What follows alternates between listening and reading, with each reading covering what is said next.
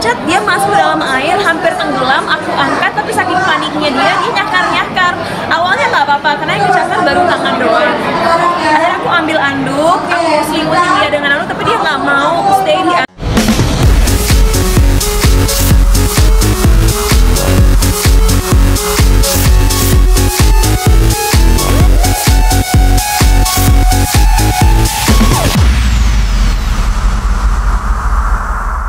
Untuk Reno, kita hadir kalau aku sempat perform lagu terbaru aku juga bareng Gusti Sartika, Mikasa, yang sempat aku perform bulan lalu di DMFP.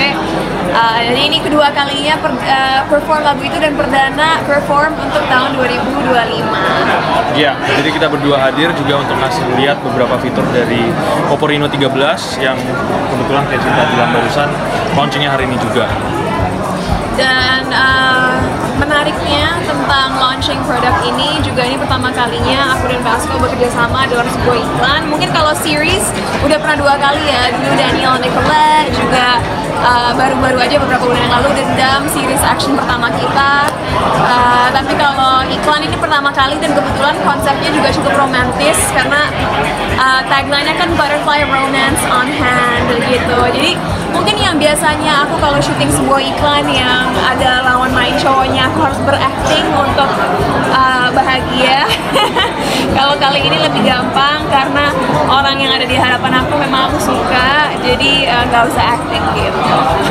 Tadi pada saat di atas panggung sedikit improvisasi di luar naskah. Ya. Kenapa tiba-tiba? Karena Vasco di depan kamu atau seperti apa?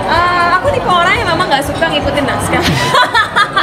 Aku orangnya suka memberikan surprise dan ngerasa kalau ada suatu pesan atau cerita yang bisa aku bagikan ke orang-orang yang bisa bikin orang melek, dan obviously temen media melek. Berarti misi aku terlaksanakan dan sukses. Dan tadi kan di stage selain nyanyi Mikasa single terbaru aku juga nyanyi Oh Baby tapi versi remix. Kebetulan Oh Baby versi remix memang favorit aku dan itu aku rilis tahun 2022 kemarin. Kenapa Oh Baby remix menjadi favorit aku? Karena selain memang itu lagu yang orang sebut legend, banyak banget yang suka pada zamannya, versi remix itu bisa dibilang lebih sesuai preferensi musik aku karena lebih dance, lebih EDM. Tapi kebetulan saat musik Oh Baby remix dibuat tahun 2022 kemarin, saat Oh Baby remix dibuat tahun 2022 kemarin itu juga pada saat kita ngerilis project pertama kita, sebuah series bernama Daniel Nicolette, dan itu menjadi theme song series tersebut. Jadi setiap dengar Oh Baby remix 2022, selain bangga sebagai musisi bisa ngerilis lagu sesuai dengan genre yang sebenarnya aku lebih suka, itu juga ada memori spesial karena itu pertama kalinya kita kerja bareng dan waktu kita masih temenan. Bahkan waktu kita kerja bareng pertama kali kita belum ada apa-apa, jadi lagu itu tuh membawa kita dari pertemanan ke sesuatu yang lebih romantis gitu. Berarti bisa dikatakan event ini event pertama kalian setelah berpacaran atau seperti apa? Kalau event pertama sih mungkin enggak, karena kita sering menghadiri premiere bareng atau acara-acara publik lain bareng. Cuman mungkin ini pertama kali kita event bareng skala seperti ini, dimana kita berdua harus launching sebuah produk bersama-sama dan kapasitasnya profesional dan dilihat banyak orang karena ternyata tadi banyak tamu undangan juga yang nggak hanya dari Indonesia, ada dari Cina juga gitu. Kalau tadi kayak kita merasa lebih muda, iklan bareng, kalau kakak rasanya gimana? Apa? Iklan bareng. Pastinya seru banget dan apa ya? Kalau misalnya kita kerja terus kita suka dengan kerjaan kita, terus flow kerjanya sama pasangan pastinya sebenarnya jadi lebih gampang aja sih. Jadi nggak terasa kerja, dan itu kerjaan yang terbaik itu yang dimana kita merasa ya seperti kayak nggak kerja. Dan mungkin kadang-kadang kan orang suka nasehatin like hati-hati kalau kerja sama pasangan nanti bisa cepet bosen lah atau mungkin berantem lah. Tapi surprisingly 3 kali kita bekerja sama bareng, mau itu di series Daniel Nicolette atau Dendam atau sekarang dalam sebuah iklan, kita nggak pernah berantem, malahan suasana kerja lagi lega jadi lebih mudah dan nggak bosan ya? Enggak. Kayak kerja terus bareng juga nggak apa-apa. emang ada target nggak sih mungkin kedepannya kita harus kerja terus ya atau gimana? Karena kan kayaknya udah mulai publish banget nih kalian nih hubung berdua gitu, dan beberapa kali kayaknya kerja bareng terus gitu. Kalau kerja terus sih ya pasti semua orang juga pastinya nyoba untuk kerja terus ya. Kalau misalnya kerja bareng ya, kalau misalnya memang ada kesempatan kita pasti ngambil, karena so far kita suka kerja bareng dan kenapa enggak juga gitu. Kita bisa eksplor bareng-bareng. Ya benar banget yang kata Dasko, tapi aku percaya bahwa kita berdua itu orangnya cukup ambisius dan punya target masing-masing dalam pekerjaan. Jadi kalau ditawarkan pekerjaan bareng selama itu bagus buat kita berdua dan memang sesuai dengan visi misi kita buat karir kita masing-masing, why not? Tapi tentunya nggak harus selalu bareng pun juga nggak apa-apa, karena kita berdua kan kadang-kadang juga memiliki target yang berbeda dalam karir kita. Jadi kalau emang cocok, why not? Tapi nggak harus selalu bareng-bareng, karena kita juga ini memiliki identitas sendiri. Kemarin bisa ada challenge sendiri nggak sih pas iklan bareng, main film bareng? Mungkin kalau misalnya pas syuting film, kalau pas kita syuting series bareng-bareng ya kesusahannya hanya di membaca naskah bareng-bareng, terus membuat karakter yang beda dari kita sehari-hari. Kan kita nggak meranin diri kita sendiri, tapi kita meranin karakter. Kalau misalnya kita pas syuting iklan ini, kebetulan kita syutingnya hanya 1-2 hari total dan menjadi diri sendiri dan sangat seamless gitu. Jadi nggak ada beban sama sekali pas kita syuting iklan buat Popo ini. Kak Cinta, sedikit update dong, kemarin sempat posting yang kamu pecahkan sama Spike itu, gimana sih ceritanya mungkin? Ya, jadi aku punya 2 kucing namanya Spikey dan Pipo, dan lucunya dia setiap main ke rumah yang tadinya nggak terlalu peduli kucing, jadi sayang kucing kan. Jadi suka banget sama kucing ya. Dan jadi lucunya kadang-kadang kalau aku lagi off, apalagi kalau cuaca di Jakarta lagi cukup baik, ini nih si blasteran ini dia paling suka tanning. Kenapa? Karena kalau orang Indonesia pada umumnya ingin kulitnya selalu cerah, kalau dia malahan inginnya gelap dan tan gitu. Jadi nggak tahu kenapa aku ide, kalau Dasko lagi main ke rumah aku beliin deh pelampung biar dia tanningnya lebih gampang gitu di atas air. Tapi lucu juga ya kalau aku beli pelampung versi anak kecil supaya kucing-kucing aku bisa ikut berenang.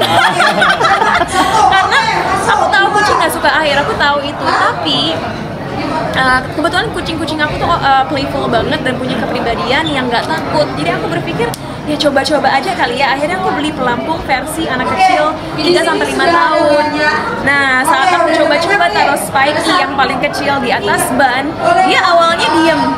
Aku udah berpikir dia mau ngapung di atas air. Ternyata dia panik, dia loncat, dia masuk dalam air, hampir tenggelam. Aku angkat, tapi saking paniknya dia nyakar-nyakar. Awalnya nggak apa-apa, karena yang kecakar baru tangan doang. Akhirnya aku ambil anduk, aku selimutin dia dengan anduk, tapi dia nggak mau stay di anduk. Dia berontak. Akhirnya saat aku berusaha untuk bikin dia stay, dia keluar dan scratch, nyakar di atas bibir aku, dan itu tuh bunyinya kebuka, dan aku panik karena di minggu itu juga aku ada acara di Shanghai di mana aku menjadi representatif Indonesia buat Bulgari, dan ketemu Anne Hathaway, ketemu Yi Fei Lu yang berperan sebagai Mulan, dan pengen terima dong, tapi ternyata untungnya bisa ketutupan makeup, dan dari aku dicakar aku langsung beli obat-obatan, langsung beli perban, mau hilang nggak gara-gara lampu beda. Lanjut aman. Nah, saat dicakar oleh kucing aku panik dong karena mulutnya terbuka, dan aku ada job di minggu itu juga untuk keluar negeri ke Shanghai, di mana aku bertemu Anne Hathaway dan juga Yi Fei Lu.